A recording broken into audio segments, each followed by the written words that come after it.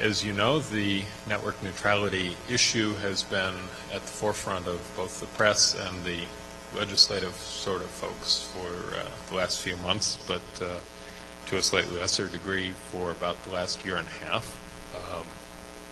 There are now both House and Senate bills, which we will do our best to acquaint you with, and we'll have a little bit of discussion back and forth here. Why don't I get started by introducing folks. Probably most of the people here are known to most of you. Brokaw Price runs peering for Yahoo. Sean Duran is a free agent at this point, but back in the day was the guy who taught us all that it was pronounced rooting rather than routing for Sprint. Sean Donlan has run operations, network operations in quite a few places, but is now at Cisco. And Gene Liu is working for Newstar now and has in the past been cable.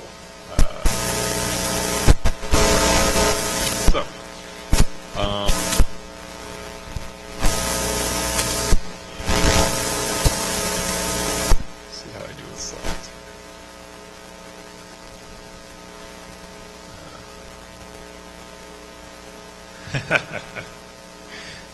Bill just asked which one is Vint Cerf, and I think Sean here can best channel it. Yes, the other Sean.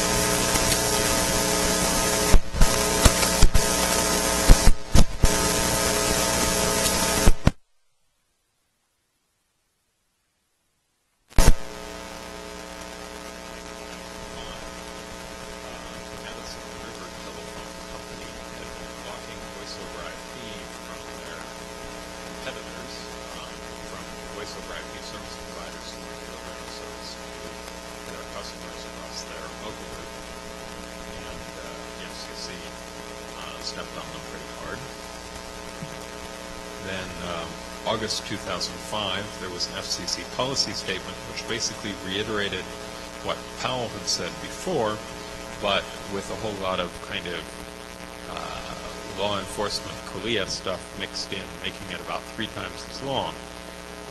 So now it's access lawful internet content, run applications and services subject to the needs of law enforcement, connect legal devices that do no harm to the network, and competition among network service providers, application and service.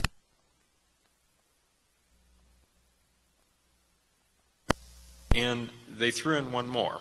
All of these principles are subject to reasonable network management, which is the big caveat at the end that gives the telco guys the out, and so that they can say, oh, well, we don't actually need to do network neutrality per se because we need to manage our network and they're in conflict. QoS is a fundamental need, blah, blah, blah. So that kind of got the argument moving again. Now we're into 2006. In March, there was the Internet Non-Discrimination Act, which was sort of based on a finding that only 2% of Americans have market choice of broadband providers, and that was an effective monopoly or oligopoly, and that therefore regulation was needed. So that was a Senate bill, and that got referred into the Commerce, Science, and Transportation Committee and is still sitting there, 3 months later. The basic points of that were that ISPs shall not interfere with, block, degrade, alter, modify, impair, or change bits or content. They shall not discriminate in allocating bandwidth and transmitting content. And they shall not assess a charge to any application or service provider not on their network. It goes on to say, though, that they may take measures to protect customers from attacks and malware if customers are given prior notice of what they're doing and given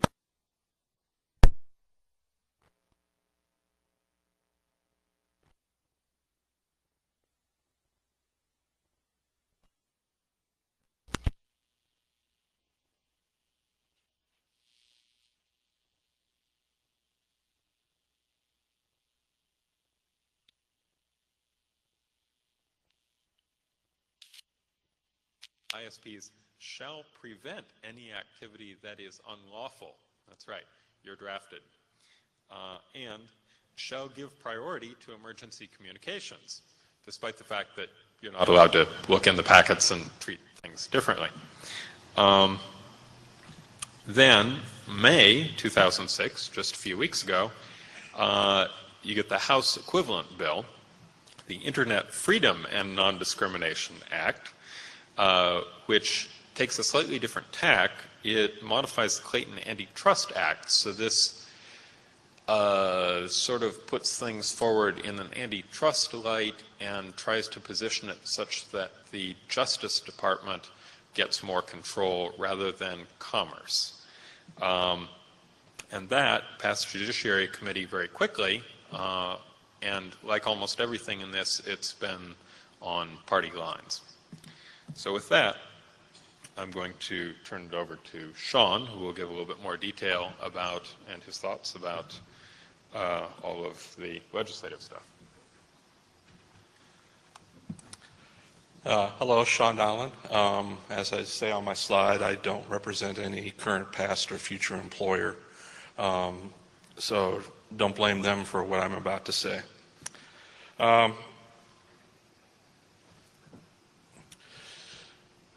For all the router geeks out here, no, this does not work in your router. Sorry. Still doesn't work. So Bill started out with recent history, but network neutrality has had multiple names over the years. And the current incarnation has kind of turned into this huge good versus evil.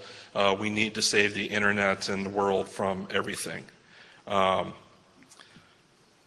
2003, same person, Representative Connors, was also talking about network neutrality. This was back in a few mergers ago, depending on which merger we're talking about. At that time, they were also talking about cable neutrality, but rather than the telephone companies at that time, it was the cable companies. And if you go back even further in history, we've had various battles about all sorts of things. And what's interesting is a lot of times the government has stepped in through various agencies. And when they step in, they sometimes make interesting choices. For the old graybeards around here, remember the ANS days with Core plus RE. And that was fully approved, fully backed by the National Science Foundation as a great idea to bring commercialization and privatization to the network. But we also had the battles with KICS. At that time, KICS was the good guys and ANS was the evil guys. But then KICS turned into the evil guy because they were going to start filtering resellers. And at that time, Sprint was the good guy, I believe, because Sprint was opposing KICS. But don't worry, Sprint then turned into the evil guy, and we keep on going. So the National Science Foundation had this great thing called the NREN NAP solicitation, Network Access Point, and it included clauses in there like all network service providers had to connect to all the primary network access points, priority network access points. But it also had other clauses like you also had to support gossip and OSI and all those other good things. In reality, all that did is just create a whole lot of opportunities for a lot of service providers out there, because no one could be sure what was going on with the network, so you better get a couple of network service providers. Multi-homing became real big because you never knew when a peering battle might break out between someone. We had peering battles back then. I left it off, but there was the great PizzaHut.com debate. If folks remember, it turns out you could not reach PizzaHut.com if you were on a university network because it violated the acceptable use policy at the time. But you could reach it from UUNet. So here's the policy wonk slide. In the United States, of which North America is part of, or United States is part of North America, although our Canadians sometimes like to point out they're not actually a state. We don't hold it against them. In Chicago, we have the Communications Act of 1934, and it tried to divide up things based upon technology in 1934.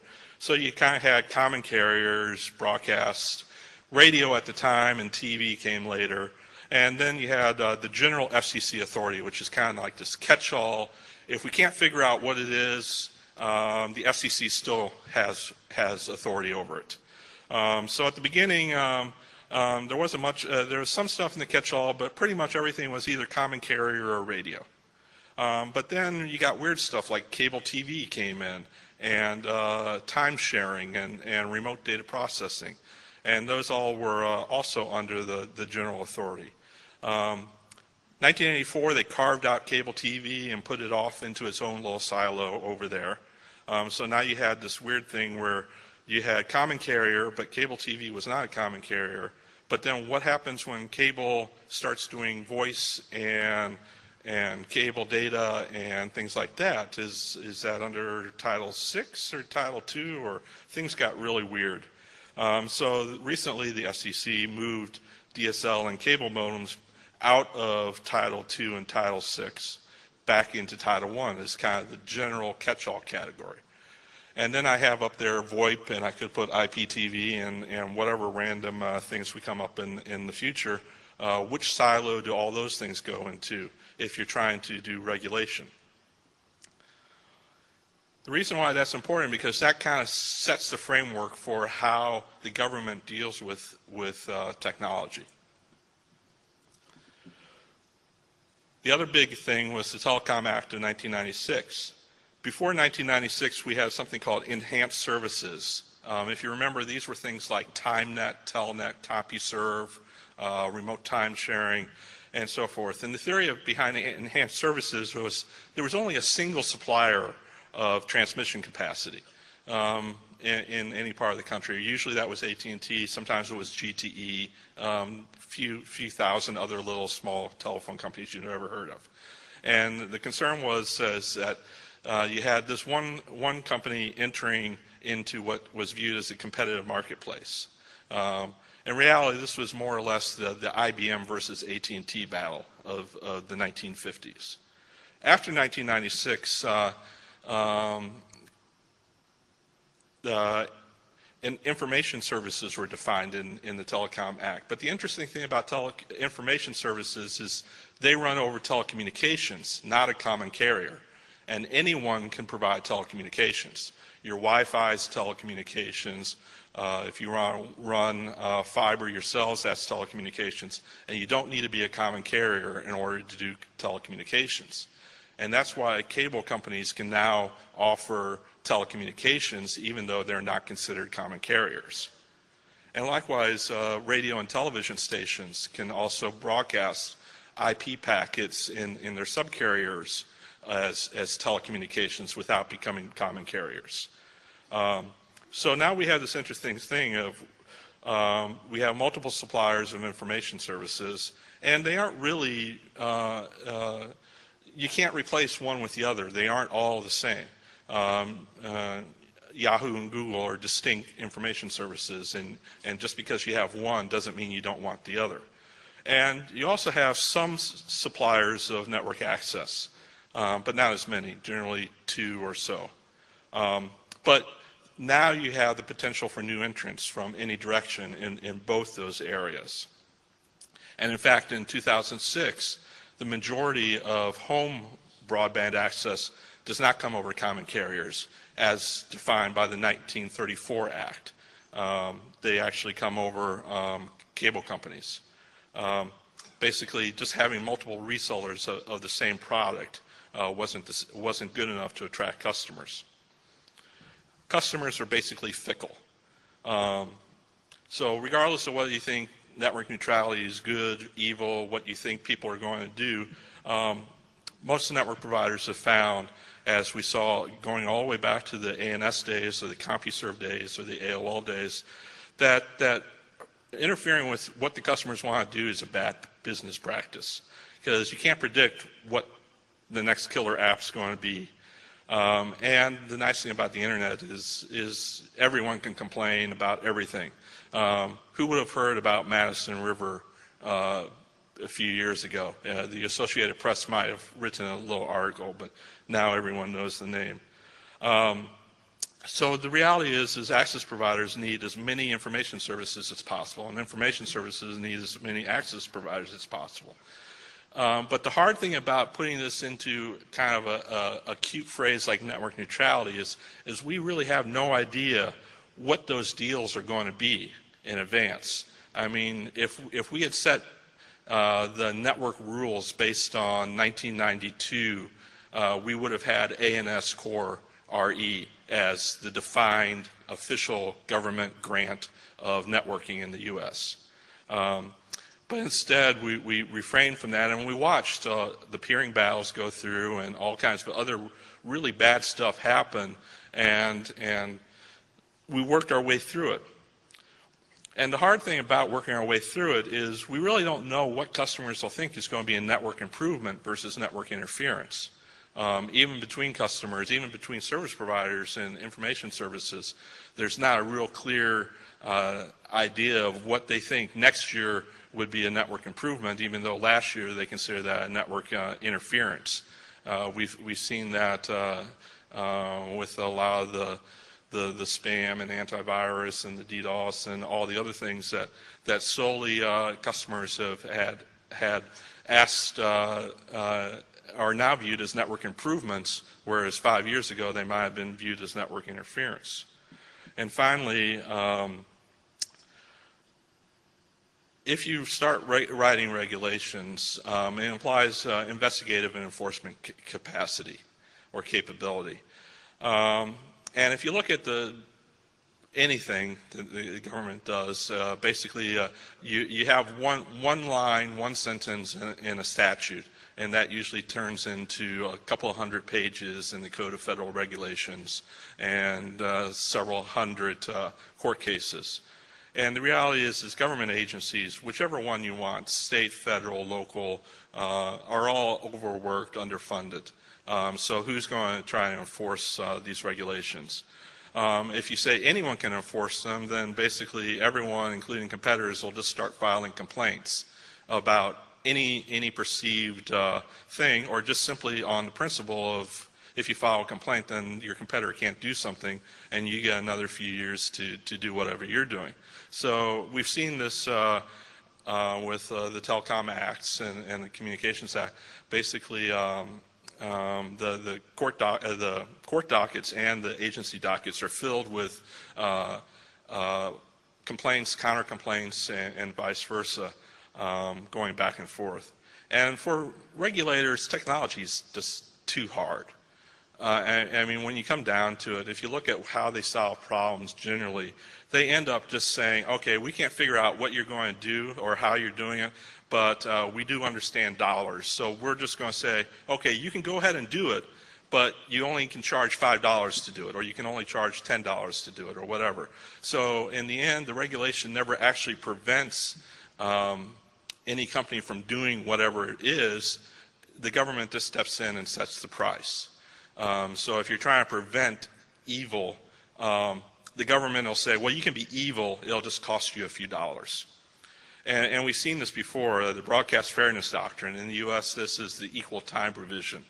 In the end, the networks the national networks have just decided they won't sell anyone. This is very equal. No one gets to buy advocacy ads on national networks, except politicians who get the lowest ad rates. Again, government can set dollars, but they can't figure out much else. And the Kingsbury Commitment, this is the thing, the Kingsbury Commitment is actually what created the AT&T monopoly. It sounded great. AT&T will interconnect with all the telephone companies in the U.S. But in the end, what it really did is it eliminated any need to have any competitive long distance, because AT&T had to connect with everyone, so why do you need a second long distance company? And that let AT&T set rates for 60 years. And finally, we've seen the same thing with universal service, that it sounds great, we're going to give telephones to everyone, but what it turned out to be is the regulators viewed the goal of giving telephones to everyone as protecting the people who were giving the telephones to everyone.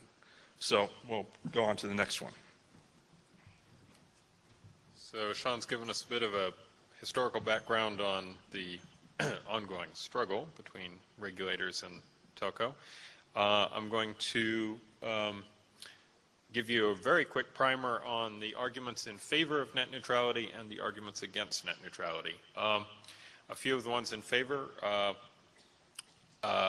preference will go to dominant players rather than technological innovators if you allow ISPs and phone companies to block new technologies on their network, right? The people who are innovating don't have money yet to make payoffs to carriers. The people who are sitting on already developed technology do have that money. It locks things in place. As long as consumers can't vote with their feet in a free market of competing providers, they have to be protected from predatory practices, right? This is the argument that if you have a monopoly, people can't just pick up and leave and try something else, so you have to keep the monopoly from doing things anti-competitive, or keep them from doing things that would hurt the consumer, rather. Non-discrimination is part and parcel of common carrier status is another argument, that if you want the benefits of common carrier, you have to turn around and let everything go by without looking at it. And lastly, a lot of the access networks were built under monopoly protection and had guaranteed rates being paid to them by consumers, and therefore they're kind of a moral property of the consumers rather than the people who were operating them at the time that they were getting guaranteed payments. So on the flip side, there are arguments against net neutrality. Discrimination is required to protect customers from bad traffic, and customers define some things as bad and will pay more to not receive that traffic than they would if they had to receive it, right? Spam, for instance. Service bundling is necessary to encourage future investment in infrastructure. If you want somebody to build out more infrastructure in the future, you have to let them make deals and make money with what they've got right now. Government doesn't understand the business of the internet, and any regulatory action will have unintended consequences, which will be worse than whatever was intended, because government doesn't know this stuff and will screw up if it tries to meddle. Lastly, non-discrimination is compelled speech in the First Amendment sense. You can't force someone to pay for someone else to say something that they disagree with. First Amendment protection. So let's get on to questions for the panel. I've got a few to get us started, and then if we have time and you guys choose to ask questions rather than going to lunch, we can continue as long as you feel like. First, let's start with the free speech issues. Can carriers claim common carrier protection from responsibility for customer content, but also simultaneously claim a seemingly contradictory First Amendment protection from compelled speech? So, that's a question to you panelists. Do you want me to clarify it? Read it again? The guys up here obviously can't see any of this stuff again. Okay. Sean, victim. Which one? You, of course. All right. I actually gave you some snarky email about this a little while ago. Hi, I'm a Canadian, not an American. I'm putting the NA into NANOG. I don't have a First Amendment like you have. Secondly, I have been living since 1997 at the start of the deregulatory process in Europe, where I've been working, among other things, with the European Commission on telecoms deregulation. And the approach that has been taken in Europe has been really different, even though fundamentally there are similar issues. Issues of basically the whole network neutrality debate, which I think summarize as, does the incumbent have the right to deliberately degrade services being offered to its customers in such a way that it targets non-customers as sales opportunities, i.e. connect to us and you'll get much better performance, or to terminate non-customers or competitors' use of their network to offer services which cannibalize their other value-added services like plain old telephone service in favor of voice over IP. And the question that arose in the deregulatory process in Europe was that given a process of unbundling of components like the local loop, access to carrier facilities, telehousing, housing in the head ends of various companies and so on and so forth, if people were given access to these components on an equal cost structure basis plus a percentage in profit to the incumbent, would the incumbent actually be able to sustain a deliberately degraded, i.e. biased, non-neutral service when other people were offering on the same local infrastructure a neutral service? That is, could market forces actually wipe out the possibility of exactly this kind of degraded service deliberately targeting the incumbent's competitors, new entrants into the market? And the risk was taken that rather than maintain the legacy of regulating a monopoly to take into account constitutional issues, social issues, employment issues, issues of fair access and so on and so forth, the idea was that the regulators would create an artificial market and allow or encourage or enable new entrants to go in and compete directly with the incumbent on a more or less equal basis with similar components, which had by and large been paid for by taxpayers ultimately in the form of tax concessions to the private companies or in the form of the legacy companies having been PTT, Postal Telegraph and Telephony Ministries, part of the government themselves. And so far it's worked. We've seen in terms of access to the internet, price decreases since 1997 on the order of between 100 and 100,000 full decreases in price per megabit per second per month. We're now seeing double-digit megabits per second DSL connectivity, even symmetrical DSL connectivity in almost all urban centers in Europe at double-digit US dollar per month prices. So for some $30 a month, you can get 10 or 15 megabits per second of actually useful DSL capacity in places like Paris. In some cities like Stockholm, Gothenburg, Malmö, Copenhagen, a couple of other places, and spreading, you can get triple-digit megabit per second connectivity, even symmetrical connectivity for double or even triple-digit US dollars per month. So somewhere between 90 and 150 US dollars a month can get you about 100 megabits a second in Stockholm, for example, depending on what part of town you live in. All of these services are offered by mutually competitive ISPs. Some of them are incumbents, some of them are competitors to the incumbent. Basically, they all use whatever local infrastructure is available, and the incumbent, by and large, is required to sell them off. The regulatory approach of unbundling and making sure that the market continues to allow new entrants, I think is the dominant question here. And the issue of, well, gee, we have a monopoly in place, let's regulate it and make sure it complies with free speech issues, whether or not constitutional issues apply.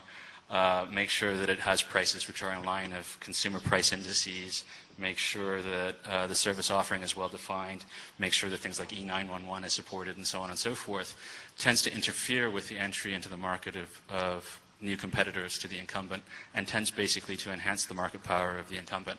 And I think the major problem here is that the regulatory approach being discussed in Congress, which you guys have outlined, is exactly the wrong direction, and it's basically just going to make lots and lots of money for the incumbents who can afford lobbyists and people in their regulatory departments. Well, Sean, your Europhile rant, which handily anticipates future discussion points I wasn't here, meaning to be Europhile, because this has happened in other places other than the European Union. Absolutely. I would love to see people in the United States, where I spend a lot of time, being able to get exactly the same DSL deals, which is, $50 a month gets you 50 megabits a second in an urban My center. teasing you about being Europhile absolutely is in no way saying that it wouldn't be a much nicer place to deal with a regulatory environment. Anyway, has brought Bill up to the mic. Bill.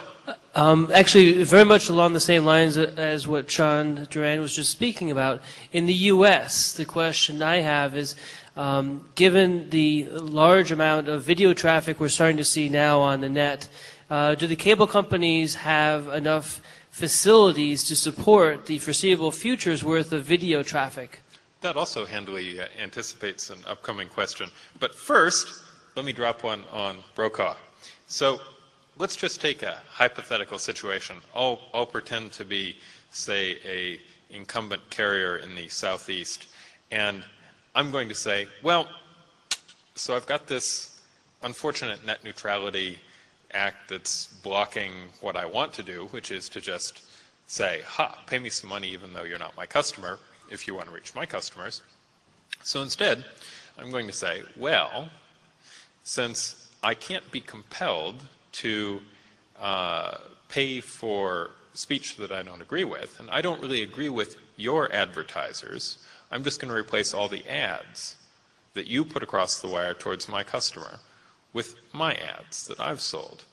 Or at least I'll threaten to do so and ask you whether you want to do some revenue sharing of your advertisers, maybe mandatory revenue sharing, else I'll do ad replacement.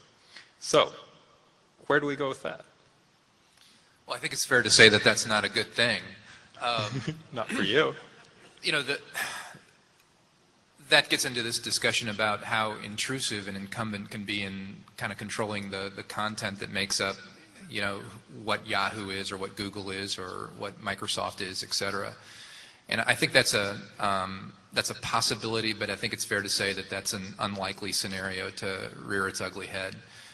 We're dealing with an issue that is mainly focuses around deals around an environment where we're dealing with push. I push traffic out to my user. I'm offering up my my content to my user base. I'm not pushing it up. So it's being pulled by the user. And I don't see an environment down the road where the incumbent or any other network is able to pick out an ad and place another ad in there. If that were to happen, then I think the whole business model behind what is the internet today would deteriorate, because we provide the services and products that we provide on a daily basis to the users here in the audience through the revenues that we generate from ad revenue. So it may be more likely that an incumbent or a cable provider, et cetera, would likely compete with us rather than just head on, rather than try to pick apart what we are. And that's likely to happen. Who knows? That gets into this discussion about a walled garden and whether or not that's a good thing or a bad thing. And I think we've got some networks in the audience here that have moved away from a walled garden, and there's some discussion about whether or not this type of environment will create more of a walled garden environment. The net will not be tomorrow what it was yesterday or what it is today. I mean, it's constantly evolving. So where it goes from here, who knows? I mean, the Yahoo position is, one where we are waiting to see how this whole thing shakes out. It certainly makes for great television and, a dramatic discussion, but I know that's a long-winded response to a simple question. Bottom line, I don't envision something like that happening. Oh, all right. Yeah, Sean, go ahead. 1 minute, maybe 2. I want to propose a more realistic example, because unfortunately with ad substitution you're likely to get caught. AOL could certainly do it because they have proxies and so on and so forth. Everybody else would pretty much do the same thing. Much more insidious would be, hey, my marketing people tell me that Yahoo's contract is coming up for review with their ISP, and we see them as a sales opportunity, although we're kind of the underdog because our prices are high. Never had that happen. So what do we do about it? Well, let's start at our border routers deliberately dropping packets randomly if they are sourced by Yahoo, so the performance towards our customers is not as good as, say, someone else's connectivity to the customers would naturally be. And we can go to Yahoo and we can say, you know, your connectivity to our customers is kind of weak because your ISP sucks. They're not upgrading at the IX, or they're connecting only at internet exchanges which are weak or overloaded or using gigaswitches or whatever. Here's a free connection for you for a month. See if your connectivity improves when using this free connection. Come back in a month. Your connectivity has improved, hasn't it? I mean, our customers love this. Why don't we work out a deal? We'll even give you a discount because you're such an important key account. I've actually seen this sort of thing happen. I've also seen it in such a way that this has been applied towards whole ISPs who are choosing between one major carrier and another major carrier as their primary traffic carrier. We call this salami tactics. You cut off a bit of the network at a time, and most of your customers don't notice. Nobody has visibility into your routers. You can't really prove that it isn't what you're claiming, i.e. that the infrastructure in the network is overloaded. You can do this kind of thing and get away with it because no one has visibility into it. Yeah. The ad replacement isn't hypothetical either. It just happens in markets that are too small for most of the big content providers to care about. A lot of developing country folks who know that their customers either don't read English or aren't interested in products that aren't going to get shipped to Afghanistan or wherever anyway by, you know, Amazon. Next question. Let's talk about congestion. Is all this just an excuse for backbones to not upgrade, instead to make a lot of noise about how customers need to be rate limited one way or other? How about Gene? Your turn. Other parts of the world, we see people moving from 100 gigabit or 100 megabits to gigabit on local loop, but we don't see that here. We see a lot of backbones that aren't growing quite as fast. Well, first off, Woody, my lawyers said that whatever I say here is not that Neustar is not taking an official position on net neutrality at all. Yeah. But to actually go back for a second to the thing that Brokaw was talking about the ads, something that I don't know if you all realize, I don't know how many of you all watch baseball games today. This is really not on the internet, but when you all watch baseball games, that the ads that you see on the boards on the outfield and so on, a lot of times those ads that you see on TV are not the ads that are actually on the boards. They've been digitally replaced by the broadcaster. So that's, in a sense, an analogy of something that's already happening today. Sorry for going back, but no, absolutely. I figured I'd just point that out, that the technology exists already and it's already happening in another medium today. But back to your issue about the, is it an excuse? Not being a carrier, but being a former carrier, it's probably debatable that if you're a conspiracy theorist, sure, but me personally, I'm a big believer in capitalism, that if the demand is there and people want to serve their customers, then it's going to happen no matter what. I mean, where I live, something that you alluded to earlier was that in terms of choice of broadband providers, where I live, I have actually 5 broadband providers that I can pick from. And I know that's a little bit unusual, but I think for a lot of the major metropolitan markets in this country, and I think in Europe and Asia as well, you're starting to get more and more providers, and then also this whole municipal Wi-Fi thing that's coming into play. That's kind of probably a dark horse that who knows how that's going to also affect this argument about net neutrality, because if you all of a sudden start having the municipal Wi-Fis that, assuming they provide decent service, how does that affect this argument about the net neutrality? Well, interestingly, that was the next question. So do we all agree that both network neutrality and local loop unbundling only matter in the absence of competition? If we've got competition, do either of these things matter anymore?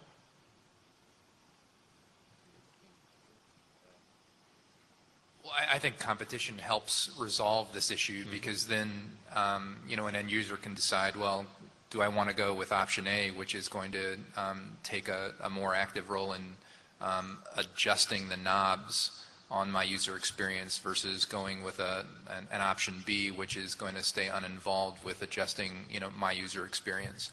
So competition generally is a good thing. When you have a monopoly in a market, then you have to deal with all the issues that come along with that. I think in some countries where there is only one choice and you have to deal with that monopoly, you don't always have the benefit of innovation and the drive to innovate and improve your product or service compared to your competitors. So I'm hopeful that we will continue to have more and more competition in that space. One of the things that concerns me, personally a little bit about that in the content space is that if I only have one option to get to a huge user base, and that option is going to be more expensive for me than what I might see as a solution to get to other users, then price elasticity is going to rear its ugly head. I'm going to have to adjust my user experience based on how much it costs to deliver that user experience to that user base. And I don't know if that's a good thing for the internet. And that's kind of one of the topics that we have likely all discussed around net neutrality. One of the things that has driven broadband access and the delivery of high bandwidth video and broadband applications is the fact that that stuff is available. Peer-to-peer traffic has gone up. We're being asked by our users to stream higher and higher bitrate video and content, and we have to incur great expense to do that. And if there's an expense on top of the expense we already see, then we will likely have to throttle back on what we're doing as an organization. And I'm sure other smaller companies that don't have the economies of scale that the likes of Yahoo or Google or other Limelight, et cetera, other companies have, they're going to be in a situation where maybe it's the best they can do to deliver a 28.8 feed of a video rather than a 1 meg feed. So I think I'm going to try and start wrapping this up here since we're kind of running into lunch. And I'm just going to run down the panel really quickly and try and get a sense. So 3 choices here. Do we have competition right now, sufficient competition? Do we need more regulation? Or do we need more competition? Yeah, Brokaw. Well, I think we do have choice, although we are seeing a bit of consolidation right now. Underlying carriers behind cable companies look a lot like the providers or the incumbent in that market as well. And so there is a bit of consolidation, though I think this is a free market and we'll continue to see motivation in the market to provide competing services. There's a lot of technologies that are just on napkins right now that will likely become realities within the next 5 years. So what were the other questions? So do we already have competition? Yes. Enough competition? Well, or more is better, but we have competition. do we need more competition or do we need more regulation? Regulation is a tough one because personally, again, I'm not speaking for Yahoo here. I think we've all, over beers, pontificated the whole idea of, the same people that deliver mail or try to deliver mail, try to, regulate, the internet. But at the same time, I think, the audience and many of my friends and colleagues at access partners or at content providers, are struggling with what the end game here looks like. And so we are, I think, as an organization, as the North American Network Operator Group, I think we all hope that the internet continues to evolve and continues to develop healthily. Whether or not that pans out to be the case is pretty much up to the people either in this room or the people in Washington. All right. And Sean, is it fair to say that you're for more competition? Do we have enough competition in the United States? No. Do we have enough regulation in the United States? We have more than enough, but all in the wrong direction. It's telling you what you should do in order to be a carrier rather than allowing carriers to evolve into particular niches in the marketplace. And unfortunately, it seems that this issue has been really seized upon by the Congress, who are making it a big issue, introducing bills all over the place, and it looks like they're going to do for network neutrality and utility what they've done for spam. So really, I'm not hopeful that the regulatory process is going to go anywhere in this country anytime soon without a major change in the philosophy of regulation. Yeah. Sean Donnelly? So my view is that the regulation tends to freeze things as a status quo. It doesn't actually give you more competition. And if we want more competition, if we don't think we have enough now, we need to work on the regulation that gives us effective competition rather than just different brand names for the same product. So regulation is very good for saying, well, as long as you have 2 different brand names or 4 different brand names all selling the same thing, that's not real competition, even though it may look like that. So my view is regulation is useful, but again, it has to go in the right direction. And right now, it seems to be going in the wrong direction. It seems to be going, trying to make everything look alike rather than rewarding things that look different. Okay. In terms of the first question about is there enough competition or is more competition needed, it's actually a kind of both. Because like for the example I gave you earlier that where I live I have 5 facilities-based broadband providers, which admittedly is unusual, but then I know there are plenty of other parts of the country and in North America that actually have no broadband providers at all. So I guess the answer there is 20%, in theory, 20% of Americans have no access to broadband. Yeah, I guess it depends on you break down by demographics or geography or whatever. So I guess the answer there, Woody, is that the answer depends on the situation. And in terms of regulation, I think I'll pass on that one. Yeah. Hey, Woody? Speaking of, yeah, Michael. Michael Sinatra, UC Berkeley. I have one just quick, and I'm very hungry, so very quick response to the baseball analogy and the ad substitution. In the case of the baseball analogy, the baseball games, the service provider, the TV station, is paying the content provider for the content. And in some cases, they're even negotiating with the content provider in terms of the ads they're going to show. So all of that stuff is done in advance. But the important thing is, you're paying me for the content. I'm Major League Baseball. You're paying me for the content, and you can put ads on that to recoup some of that expense. But the important thing is you're paying for the content. If I'm providing content to you for free, what right do you have to change that content and change the ads that are on it, in a moral perspective? I think that's still an open question. So what we see is, in that case, one side's paying the content. On the internet, we also see where the user is paying for the content. And for a while, we had the big raise was dial-up accelerators, where a lot of dial-up providers, to increase the speed, would essentially reformat the pictures on the download to make them smaller to go across the dial-up. So the user's paying for that experience. Does the user also have any moral rights to change the content as they receive it? So there's like both sides. Ted Seeley from Sprint. Bill, very soft pitch. Come on, ask the hard questions. So the incumbent ILECs are going to spend billions and billions and billions to build out local infrastructure to deliver video services, right? But that video delivery service models are going to change immensely in the next 10 years. How do they recover their costs? By charging their customers enough to pay for the service that But their in a customers free want market to buy. internet, I don't have to pay them for that because I can go get that service wherever I want as the movie distribution channels change over the next few years. Why do I pay SBC/AT&T for it when I can buy it from Sony for half the price? They're just Or buy it even packets. less from the Pirate Bay.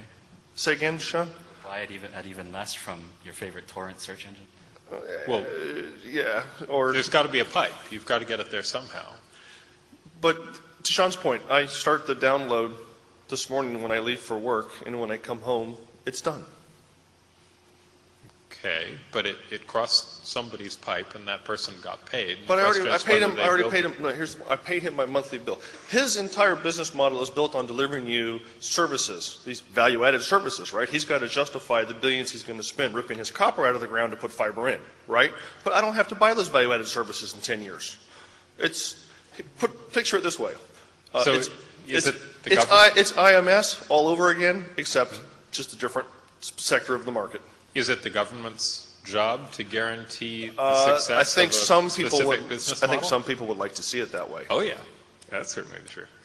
Okay, so we're now at sort of questions from the audience, obviously, and late for lunch. If there are any more questions, I think, yes, Patrick. Hello, Patrick Gilmore from Akamai. If the providers want to charge the content, if the telco providers want to charge the content owners for delivering their content, how much are the providers going to charge each other for delivering all the stolen content that they're trading back and forth? I'm just wondering, since that's the overwhelming majority of most people's traffic when they actually give stats. Yeah, well, I think that was a rhetorical question, right? Yeah, I think so. Okay, I think we'll turn it back over to Steve for lunch. All right, thank you, Bill. Thank you, panelists. This was very interesting.